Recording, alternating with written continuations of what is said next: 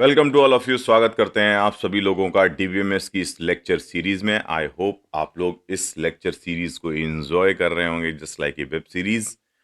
तो ये ER diagram जो हम एक जस्ट बिल्डिंग को डिजाइन करने का काम कर रहे हैं, फिर उसको बिल्डिंग बनाने का काम जो होता है वो हमारा प्रोग्रामिंग एसक्यूएल और फिर हमारा जो कोड जो हमारे डेटाबेस हैं कैसे स्टोर किए जाते हैं, वो स्टोरेज प्रोसीजर, वो सब बिल्डिंग बनाने का काम है। लेकिन फिलहाल हम कॉन्सेप्चुलाइजेशन के थ्रू अपना बेसिक बिल्डिंग बनाने का काम, मतलब कॉन्सेप्चुलाइजेशन के थ्रू बेसिकली डायग्रामेटिकली चीज़ों को समझने की कोशिश कर रहे हैं कि कैसे जब ये चीज़ें एक्चुअल फॉर्म में बनाई जाएं तो इनमें जो लगने वाले रिसोर्सेस हैं वो कम से कम लगें, कम से कम खर्च हों, ऑप्टिमाइज फॉर्म में, मिनिमाइज फॉर्म में।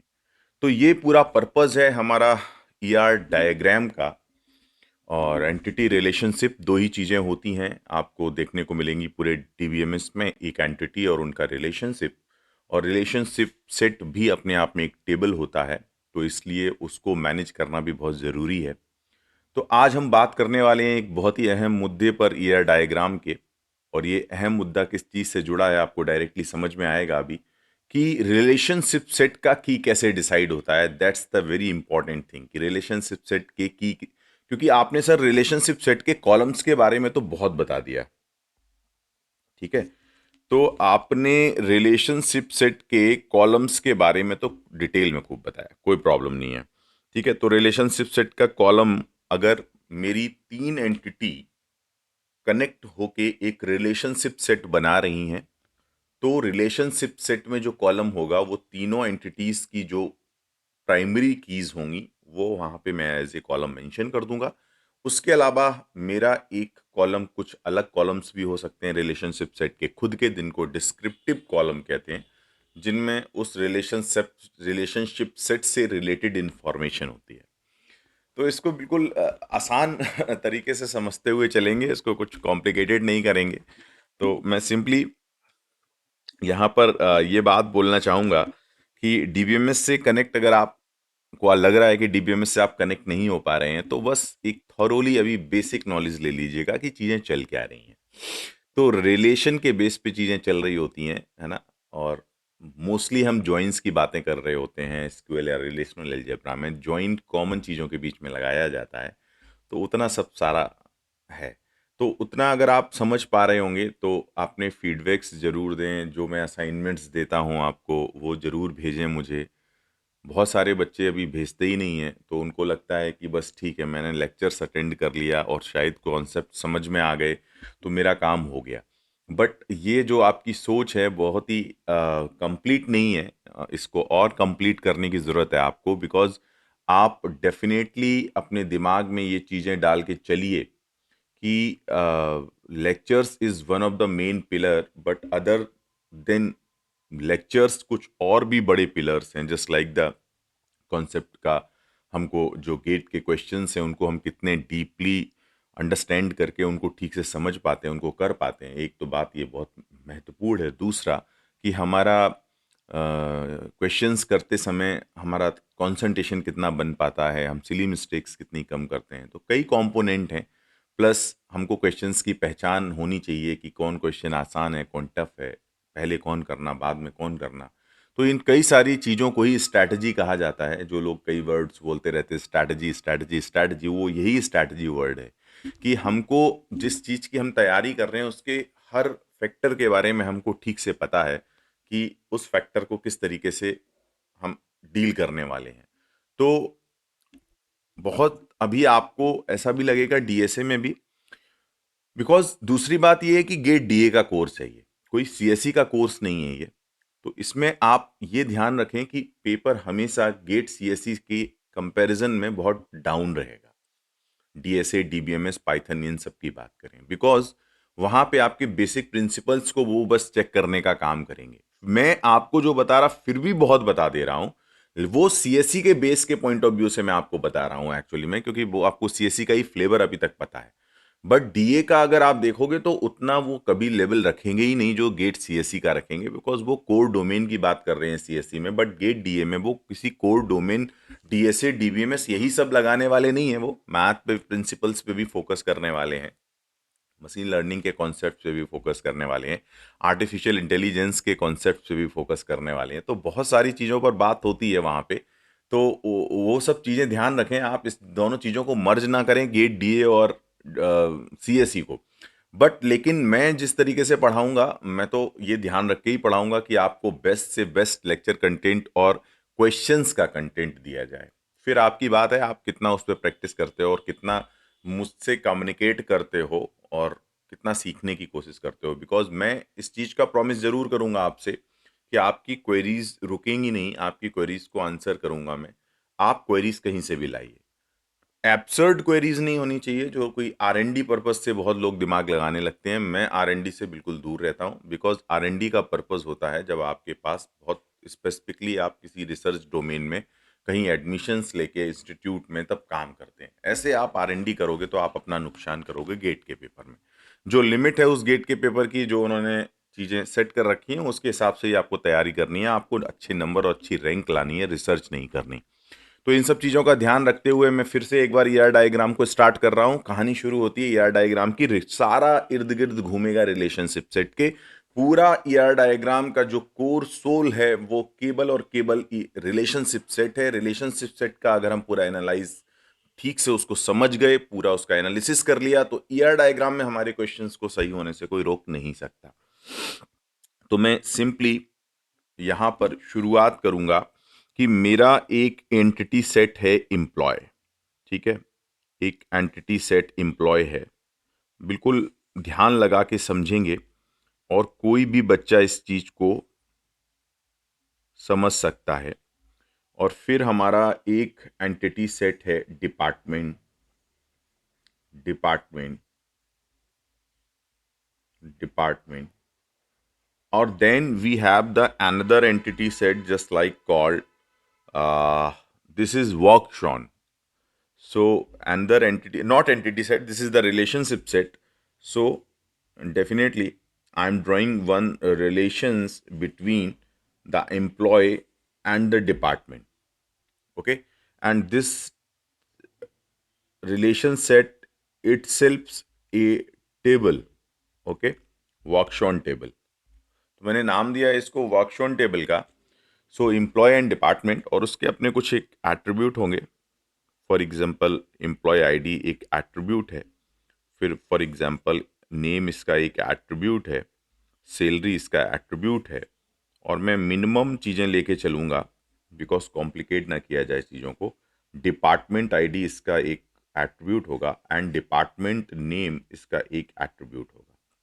और फिर ये लोकेशंस वगैरह बहुत सारी चीज़ें इसमें ऐड की जा सकती हैं। अभी मैं बाइनरी रिलेशंस की ही बात कर रहा हूँ कि रिलेशनशिप सेट जो है केवल दो एंटिटी सेट से रिलेटेड है। अब यहाँ पर इस कॉन्सेप्ट को ज़रा ध्यान से समझिएगा कि मैं टेबल्स को ड्रॉ कर रहा हूँ। तो फॉर एग्जांपल्स मैंने इसके लिए एक छोटी सी टेबल बना ली है एम्प्लॉय के लिए, और एम्प्लॉय आईडी मैंने यहाँ पर ले लिया, फिर मैंने इसका नेम ले लिया, फिर मैंने सैलरी ले ली, सैलरी ले ली दिस। और फिर मैं यहाँ पे डिपार्टमेंट को ले आया, डिपार्टमेंट को ले आया। ये डिपार्टमेंट डीआईडी हो गया मेरा, ये डिपार्टमेंट नेम हो गया। और फिर ये मेरी वर्कशॉन टेबल हो गई, वर्कशॉन टेबल हो गई ये मेरी। तो यहाँ पे ये कॉलम जो प्राइमरी की है मेरी एम्प्लॉय की और जो प्राइमरी की है मेरी डिपार्टमेंट की, वो दोनों कॉलम हैं यहाँ पे आ गए। अब इन एंट्रीज को मैं ले लेता हूँ कि E1, E2, E3, E4 मेरे पास चार एम्प्लॉय हैं। नेम इनके कुछ हो सकते हैं, आई डोंट नो, सैलरी भी इनकी कुछ हो सकती है। अभी मैं जो फोकस कर रहा हूँ सबसे पहले कि जिन कॉलम्स की बात चलेगी, तो डिपार्टमेंट हमारा D1 है, डिपार्टमेंट हमारा D2 है, डिपार्टमेंट हमारा D3 है, डिपार्टमेंट हमारा D4 है। और ये एचआर डिपार्टमेंट है, ये फाइनेंस डिपार्टमेंट है, ये हमारा एडमिन डिपार्टमेंट है। ठीक है, और ये मेरा हेल्थ डिपार्टमेंट है। और लाइक दैट कोई बड़ी सी ऑर्गेनाइजेशन है। अब यहाँ पे मैं रिलेशनशिप सेट की जब बात करूंगा कि रिलेशनशिप सेट हमारा वर्कशॉन है, तो इसकी की क्या होनी चाहिए। अब डायरेक्टली देख के आप की नहीं बता सकते। आपको की से पहले आपको फंडा समझना होगा पूरा, कि यहां पर एक कॉन्सेप्ट इंट्रोड्यूस होता है, this is called relationship. Relationship set का जो कार्डिनैलिटी का रिलेशन है, कार्डिनैलिटी, ये कार्डिनैलिटी वर्ड सर नया आपने क्या इंट्रोड्यूस कर दिया। ये कार्डिनैलिटी वर्ड का सिंपली मीनिंग है कि मेरा जो दो सेट थे, एंटिटी और डिपार्टमेंट्स, उनके बीच में रिलेशनशिप कैसा है। मतलब कि हो सकता है मैं अभी बिल्कुल इसको डायग्रामेटिकली रिप्रेजेंट करूं कि ये मेरा एक एम्प्लॉय सेट है और ये मेरा एक डिपार्टमेंट सेट है। इन टर्म्स ऑफ मैं सेट के आपको रिप्रेजेंट कर रहा हूं तो आपको तुरंत समझ में आएगा। और ये मेरा वर्कशॉन डब्लू सेट है, डब्लू फॉर वर्कशॉप। फिर मैं यहां पर अपने एम्प्लॉय ले रहा हूं, E1, E2, E3, E4। और यहां पर मैंने, सॉरी, यहां पर मैंने डिपार्टमेंट ले लिया, sorry, D1, D2, D3, D4। सबसे पहले मैं कार्डिनलिटी को एक्सप्लेन करना चाहूंगा कि what is the cardinality. Cardinality का मतलब कि मेरे एम्प्लॉय और डिपार्टमेंट में जो रिलेशनशिप है वो किस तरीके की हो सकती है। हो सकता है कि एक एम्प्लॉय केवल एग्जैक्टली एक डिपार्टमेंट में काम करता हो, या ऐसा भी हो सकता है कि एक एम्प्लॉय मल्टीपल डिपार्टमेंट में काम करता हो, या ऐसा भी हो सकता है कि एक एम्प्लॉय मल्टीपल डिपार्टमेंट में काम करता हो और एक डिपार्टमेंट में मल्टीपल एम्प्लॉय काम करते हो। तो इस तरीके से अगर आप देखने जाते हो तो हमने मैथमेटिक्स में भी रिलेशनशिप पढ़ी थी, वन टू मैनी और मैनी टू वन। तो यहीं पर वो बात हो रही है क्योंकि पूरा आरडीवीएम से इंस्पायर है आपकी सेट थ्योरी और रिलेशन से। तो इस कॉन्सेप्ट को मैं इस तरीके से एक्सप्लेन करता हूं कि मेरा रिलेशनशिप पहले मैं ले लेता हूं यहां पे one to one. One to one, ये फर्स्ट रिलेशन है वन टू वन, जिसमें एक एंटिटी दूसरे एंटिटी से केवल वन टू वन के रिलेशनशिप से जुड़ी होगी। मतलब एक एंटिटी का रो या एक एंटिटी, रिलेशनशिप सेट की बात है, ये सब पूरा सब रिलेशनशिप सेट के इर्द गिर्द घूमेगा। तो मैं रिलेशनशिप सेट पे फोकस करूंगा। ये जितनी भी कार्डिनलिटी शब्द का यूज मैं कर रहा हूं ये रिलेशनशिप सेट के लिए है। ये ना तो एम्प्लॉय सेट के लिए है ना डिपार्टमेंट सेट के लिए, ये वर्कशॉन टेबल के बारे में बता रहा है। तो मैं वर्कशॉन टेबल को ड्रॉ करने जाऊंगा तो एम्प्लॉय की अगर मैं बात करूं तो एम्प्लॉय जो है, ये कह रहा है कि एक एम्प्लॉय जो है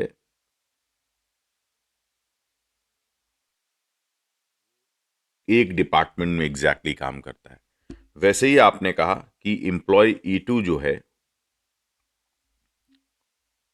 वो D2 में काम करता है, E3 जो है वो D3 में काम करता है। This is called one to one.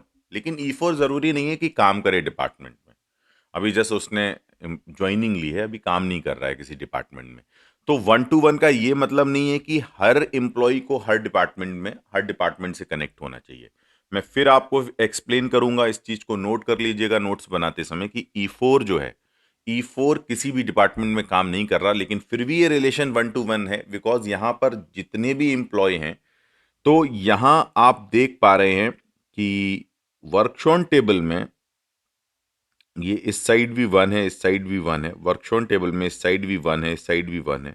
वर्कशॉन table में जो पॉइंट मिल रहा है उसके दोनों लेफ्ट और राइट में वन वन है। इसका मतलब वर्कशॉन टेबल में जो रिलेशनशिप, क्योंकि यहीं पे रिलेशनशिप डिफाइन हो रही है, तो अगर आप इसको देखेंगे तो ये पॉइंट्स रिलेशनशिप को बता रहे हैं और ये वन टू वन रिलेशनशिप को बता रहे हैं। लेकिन आप ऐसा नहीं कह सकते कि E4 D4 से कनेक्टेड नहीं है तो ये वन टू वन नहीं होगा।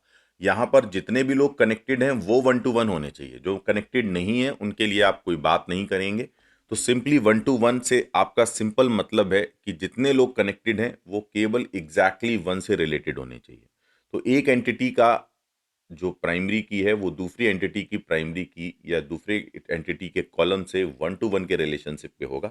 इस केस में अब मैं आपको बताने वाला हूं कि जो रिलेशनशिप सेट था इसी को मैं ड्रॉ करता हूं। रिलेशनशिप सेट टेबल मेरी वर्कशॉन टेबल थी, वर्कशॉन टेबल थी, वर्कशॉन। और वर्कशॉन टेबल में मेरे दो कॉलम थे।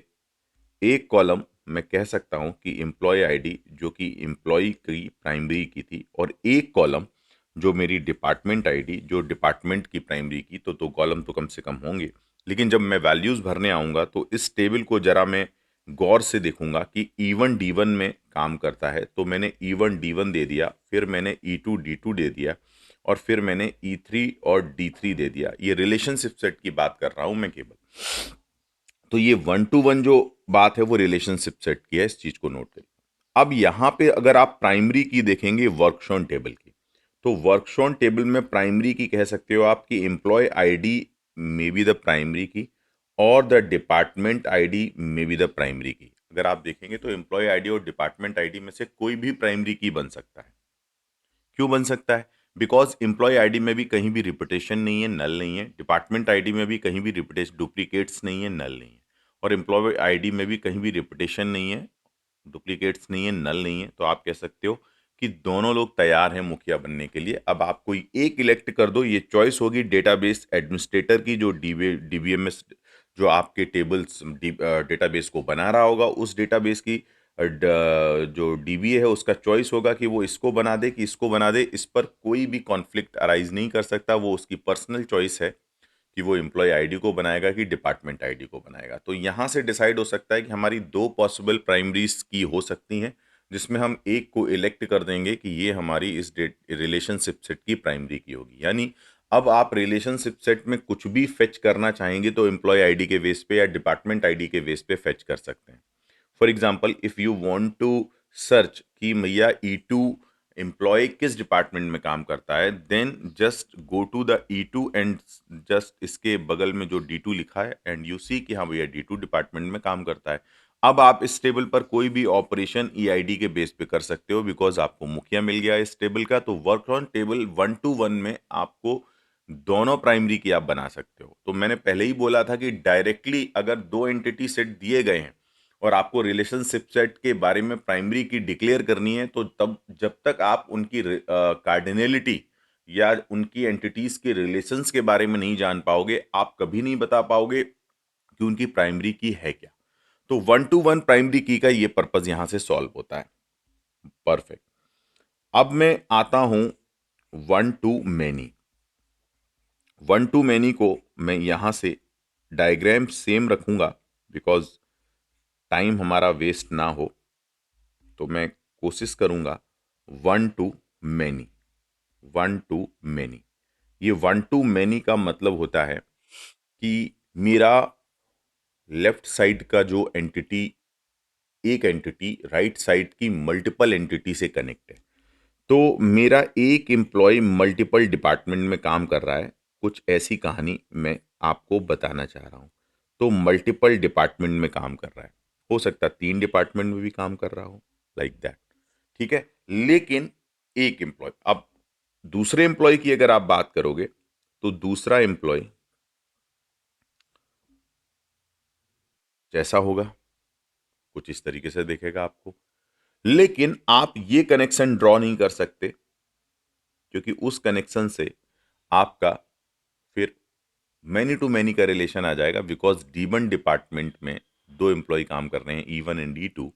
तो डेफिनेटली D1 डिपार्टमेंट से आपको मल्टीपल एंट्रीज मिलेंगी एम्प्लॉय में। इसका मतलब सिंगल डिपार्टमेंट से रिलेटेड मैनी एम्प्लॉयज मिल रहे हैं। तो 1 to many में ये चीज आपको ध्यान रखनी होगी कि इस तरीके से चीजें आप ड्रॉ नहीं कर सकते हैं। ठीक है। तो मैं इसको क्लियर कट डिफाइन करूंगा यहाँ पे। तो 1 to many में आप देखेंगे कि जो रिलेशनशिप सेट है उसका जो आपको रिलेशनशिप मिला है, जो ये पॉइंट है डॉट, ये रिलेशनशिप बता रहा है। उसके लेफ्ट में हमेशा 1 दिखेगा, लेकिन राइट में आपको स्टार दिखेगा। स्टार का मतलब होता है मैनी। ये 2 भी हो सकता है, ये 1 भी हो सकता है, ये 3 भी हो सकता है, ये 4 भी हो सकता है। यानी अभी करंट अगर हम यहाँ पे देखें तो इस स्टार की वैल्यू 3 है। यहाँ पे अगर हम देखें तो इस स्टार की वैल्यू 1 है। हो सकता है आगे अगर आप देखने जाएं तो E4 से रिलेटेड आपको और 2 वैल्यू मिल सकती है। तो राइट में आपको हमेशा मैनी मिल रहा है, लेकिन लेफ्ट में आपको हमेशा 1 मिल रहा है। तो होना भी चाहिए यहाँ पर ऐसा, यही बात बोली जा रही है कि राइट में मैनी मिले और लेफ्ट में 1 मिले। तो यहाँ पे हम देख पा रहे हैं कि लेफ्ट में आपको 1 मिल रहा है और राइट में मैनी मिल रहा है। तो लेफ्ट की एक एग्जैक्टली एक एंट्री आपके राइट के मल्टीपल एंट्री से कनेक्ट हो। मल्टीपल का मतलब ये नहीं है कि हमेशा मोर देन 1 ही होगा। यहाँ पे आप देखो कि E2 जो है एग्जैक्टली 1 से रिलेटेड है, बट E1 जो है मोर देन 1 से रिलेटेड है। मतलब अगर एक भी मोर देन 1 से रिलेटेड हो गया तो वो रिलेशनशिप सेट जो हो गया आपका वो 1 टू मैनी हो गया। दूसरी बात यहां से फिर मैं वही कहना चाहूंगा कि E3 and E4 is not participating in relationship set. In E3 and E4 is not participating in relationship set, इसका मतलब ये नहीं हो गया कि ये 1 टू मैनी रिलेशन नहीं है। क्योंकि अगर एक भी एम्प्लॉय 1 टू मैनी रिलेशनशिप में पार्टिसिपेट कर रहा है तो वो पूरी रिलेशनशिप टेबल जो है वो 1 टू मैनी को रिप्रेजेंट करेगी।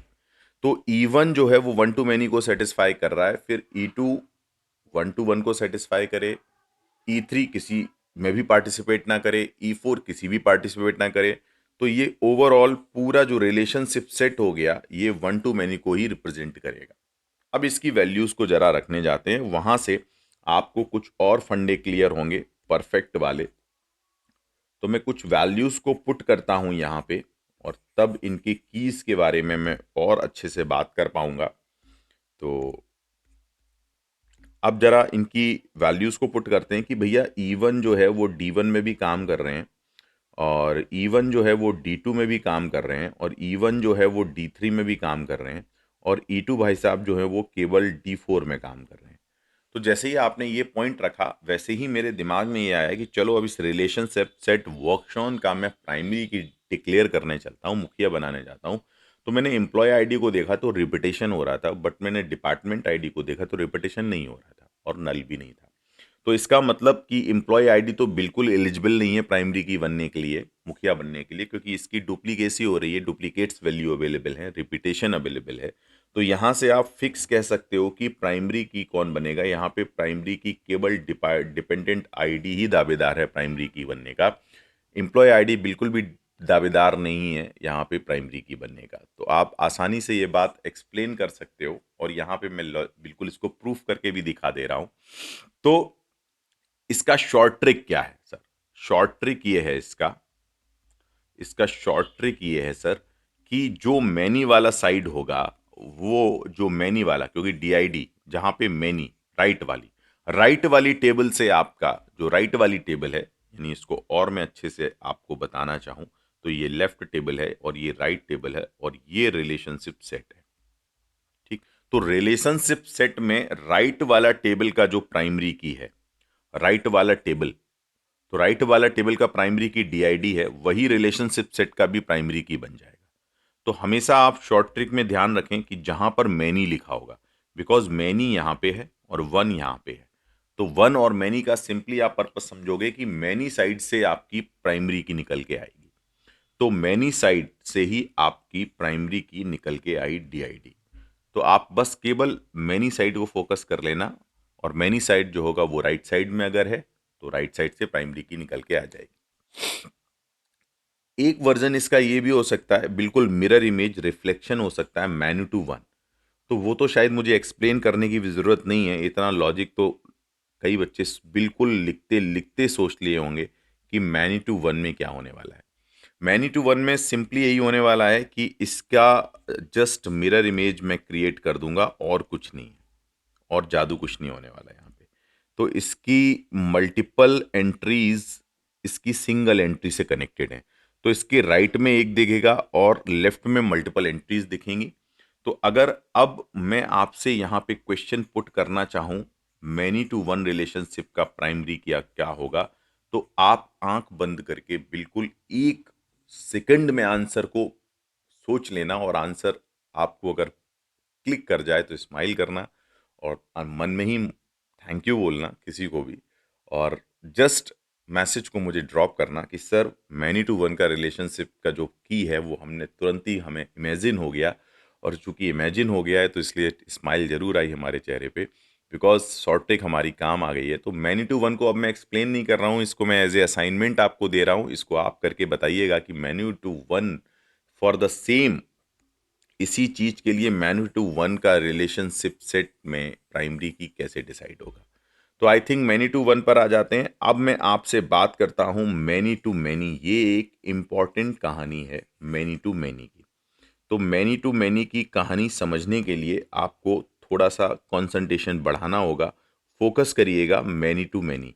तो मैनी टू मैनी एक ऐसा पॉइंट बोल रहा है कि कितने ही एम्प्लॉय को, मोर देन वन एम्प्लॉय एक डिपार्टमेंट में जा सकते हैं, और एक डिपार्टमेंट में मतलब एक एम्प्लॉय मल्टीपल डिपार्टमेंट में जा सकता है, और एक डिपार्टमेंट में मल्टीपल एम्प्लॉय आ सकते हैं। अभी ये बात समझ में नहीं आएगी, लेकिन ऐसे समझ में आएगी। अभी रुकिए, समझाता हूँ आपको। तो ये देखिए, ये सिंगल एम्प्लॉय दो डिपार्टमेंट में काम कर रहा है या तीन डिपार्टमेंट में काम कर रहा है, कोई प्रॉब्लम नहीं है। लेकिन ये पैरेलल में यहाँ से ये भी चल रहा है कि D1 यानी E2 जो है वो D3 में भी काम कर रहा है, और E2 जो है वो D1 में भी काम कर रहा है। तो अब आप यहां पर देखने जाएंगे तो मैनी टू वन रिलेशनशिप आपको दिखाई पड़ेगी। ठीक है। तो डिपार्टमेंट D1 में, इवन आप कह सकते हो कि डिपार्टमेंट जो D1 है, ठीक है, वो दिस सेट लाइक, इसको ऐसे ड्रॉ करना ज़्यादा ठीक रहेगा। डिपार्टमेंट D1, एक मिनट मैं इसको और अच्छे से बना देता हूँ। तो ये भाई दो में काम कर रहे थे, D1 और D2 में, और एम्प्लॉय E2 भी D1 में काम करेगा। तो employee E2 is already related to D1। ठीक है। So in that way employee E2 is already related to D2. So you can say this like that, this, because यहाँ पे आप ऐसा भी बना सकते थे। ये बनाना ठीक नहीं है, तो आप डायरेक्ट ऐसे ही बना लें, ये और D3 लाइक दैट। अब यहाँ पे आप देखेंगे तो यहाँ से भले ही आपको समझ में ना आए, कोई प्रॉब्लम नहीं है। इस पूरे सेट से आपको समझ में ना आए, नो प्रॉब्लम। लेकिन ये है टू मैनी कैसे समझ में आएगा मैनी टू मैनी? बिकॉज आप इसका रिलेशनशिप सेट में एंट्री डाल दो। कैसे एंट्री डाल दो कि E1 जो है वो D1 में काम कर रहा है, और E1 जो है वो D2 में भी काम कर रहा है, E2 जो है वो D1 में भी काम कर रहा है, और E2 जो है वो D3 में भी काम कर रहा है। इतना ही करके आप देखो, और अभी फिलहाल के लिए छोड़ दो कि E4 और E3 और जो E4 है वो किसी में भी काम नहीं कर रहे हैं। केवल आप रिलेशनशिप सेट को देखने जाते हैं, तो अब आपको यहां पर समझ में आएगा कि E1 is working D1 and D2, but D1 is also connected with D2, E2, and D2 is also connected with D3. So D2 is also connected with D3. So here you are seeing this is many to many. So one employee is connected to many departments, and one department connected to many employees. So with the relationship set. So don't confuse in this table. Just show the value of the relationship set, and you easily identify that one employee is working in many departments and one department is related to many employees. So this relationship describe easily many to many relationship. But in many to many relationship अगर आपको identify करना है कि किस तरीके से मैं primary की डिक्लेयर करूं वर्क ऑन टेबल की, तो अब आपको यहाँ पे ये चीज सोचनी होगी कि किस तरीके से मैं इसको डिक्लेयर करूं। ठीक है। तो इसके लिए आप सिंपली एक पॉइंट पर जाओगे। इस ये कंफ्यूजिंग अगर लग रहा हो तो इसको आप हटा दीजिएगा। ठीक है, इसको आप हटा दीजिएगा। डायग्राम को शायद मैं सही तरीके से रिप्रेजेंट नहीं कर पा रहा हूँ, तो इसलिए आपको ये कंफ्यूजिंग वन टू मैनी जैसी फीलिंग आ रही होगी, लेकिन ये वन टू मैनी जैसी फीलिंग नहीं है। तो मैं एक बार फिर से कोशिश करता हूँ ड्रॉ करने की, शायद मैं ड्रॉ कर लूँ। ये D1 में जाता है, और D2 के लिए शायद ये रिलेशनशिप D2 ऐसे जाता है मे बी, और फिर मैं E1 के लिए जाता हूँ। अगर E1 D1 से कनेक्ट होगा तो उसको ऊपर जाना पड़ेगा ऐसे, और अगर E2 D2 से कनेक्ट होगा तो इसको ऐसे जाना पड़ेगा लाइक दैट। तो दिस वन E2 D2, हाँ। तो हाँ ठीक है, वो कंफ्यूजन ऐसा ही रहेगा एक्चुअली ड्रॉ टेबल ड्रॉ करते समय। बिकॉज आप वो इधर से फिर वन दिखेगा, आपको ऐसा लगेगा, तो इसको छोड़ ही देते हैं। तो इसके उस पे कंफ्यूजन में नहीं पड़ते हैं, सीधा टेबल को ड्रॉ कर लेंगे तो टेबल से हमको समझ में आ जाएगा कि भाई देखो किस तरीके से चलने वाला है। तो टेबल से देख कर आप आसानी से बता सकते हो कि ये वन टू मैनी होने ही वाला है, क्योंकि दोनों साइड से मैनी टू मैनी का रिलेशनशिप आ रहा है।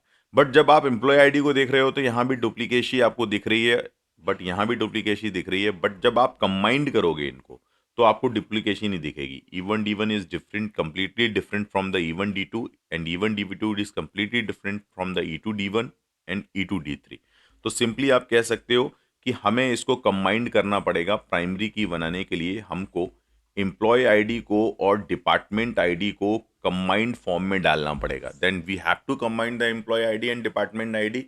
देन वी कैन से कि मैनी टू मैनी रिलेशनशिप में हमारे पास कोई चॉइस नहीं बचेगी, हमारे पास कोई और तरीका नहीं होगा, हमें कंबाइंड करना होगा दोनों की आईडीज को, तब जाके हम प्राइमरी की को फाइंड आउट कर पाएंगे। इवन अगर यहाँ पे 3 टेबल्स होती और तीनों टेबल्स में मैनी टू मैनी का रिलेशन होता, फॉर एग्जाम्पल यहाँ पर अगर मैं लोकेशन टेबल भी ले लेता है, तो मैं अगर यहाँ पे लोकेशन टेबल भी ले लेता और इस लोकेशन टेबल में जो रिलेशंस आती, यहाँ से भी मैनी आती, यहाँ से भी मैनी आती और यहाँ से भी मैनी आती, ये लिखना ज़्यादा आसान होगा आई थिंक, है ना। वो डायग्रामेटिकली रिप्रेजेंट करने से ज़्यादा अच्छा है कि आप इसको ऐसे रिप्रेजेंट कर सकते हो। तो सिंपली आप कह सकते हो कि अब मैनी टू मैनी रिलेशनशिप है, तो उस केस में आपको इसकी लोकेशन आईडी या पिन कोड या जो भी आप पिन कोड डाल सकते हो, तो यहाँ पर आपको उसको भी रखना होगा। तो फिर आप यहाँ पे लोकेशन आईडी को भी इन्वॉल्व करोगे, देन डिफाइन हो पाएगी उसकी प्राइमरी की। तो ऐसा नहीं है कि 2 टेबल्स के बीच में ही वन टू मैनी का रिलेशन होता है या 2 टेबल्स के बीच में ही मैनी टू मैनी का रिलेशन होगा। मल्टीपल एंटिटीज जो हमारी होंगी और रिलेशनशिप सेट जो होगा, रिलेशनशिप सेट में ही पता लगता है कि 2 एंटिटीज में क्या रिलेशन है, वन टू मैनी का, मैनी टू मैनी का या मैनी टू वन का। तो बिना रिलेशनशिप सेट को देख के आप नहीं बता सकते हो, ठीक है। तो इस तरीके से रिप्रेजेंट किया जाता है हमारे रिलेशनशिप सेट में प्राइमरीज कीज को। तो प्राइमरीज की से रिलेटेड कॉन्सेप्ट आपको क्लियर हुआ होगा I hope. Many to many में आपके पास कोई चॉइस नहीं बचती है। लेकिन अब सबसे इंपॉर्टेंट कि जिसके लिए हम पूरा ईआर डायग्राम इतना डिटेल में पढ़ रहे थे, उस ईआर डायग्राम का एक कॉन्सेप्ट होता है मिनिमाइजेशन।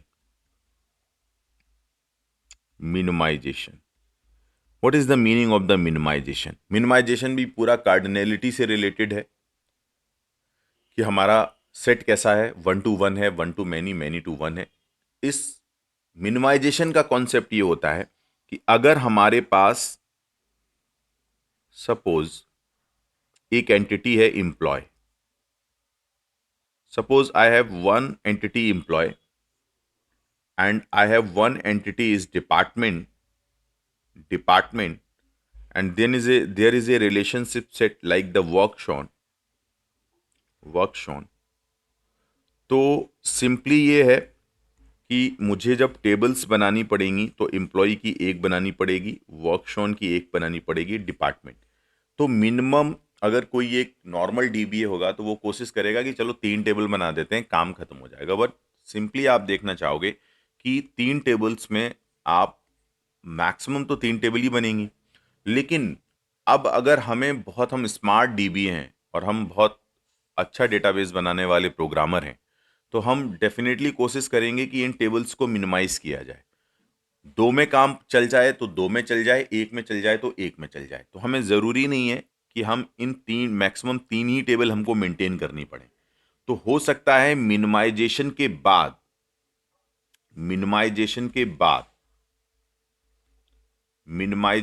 बाद आपको केवल 2 टेबल देखने को मिले, या मिनिमाइजेशन के बाद आपको केवल 1 टेबल को देखने को मिले। तो ये मिनिमाइजेशन का एक फंडा है। तो यही एडवांटेज आपको ईआर डायग्राम में मिलता है कि कॉन्सेप्चुलाइज करके, कॉन्सेप्ट आप इंप्लीमेंट करके पूरा सारी चीजों को पेपर पे डायग्राम बना बना के समझ के आप पहले ही उसको ऑप्टिमाइज कर देते हो रिसोर्सेज को कि भैया देखो आपको 3 टेबल्स की जरूरत नहीं पड़ेगी, 2 टेबल्स की जरूरत पड़ेगी, 1 टेबल की जरूरत पड़ेगी। जीरो की बात नहीं हो रही, 0 टेबल ही नहीं होती है।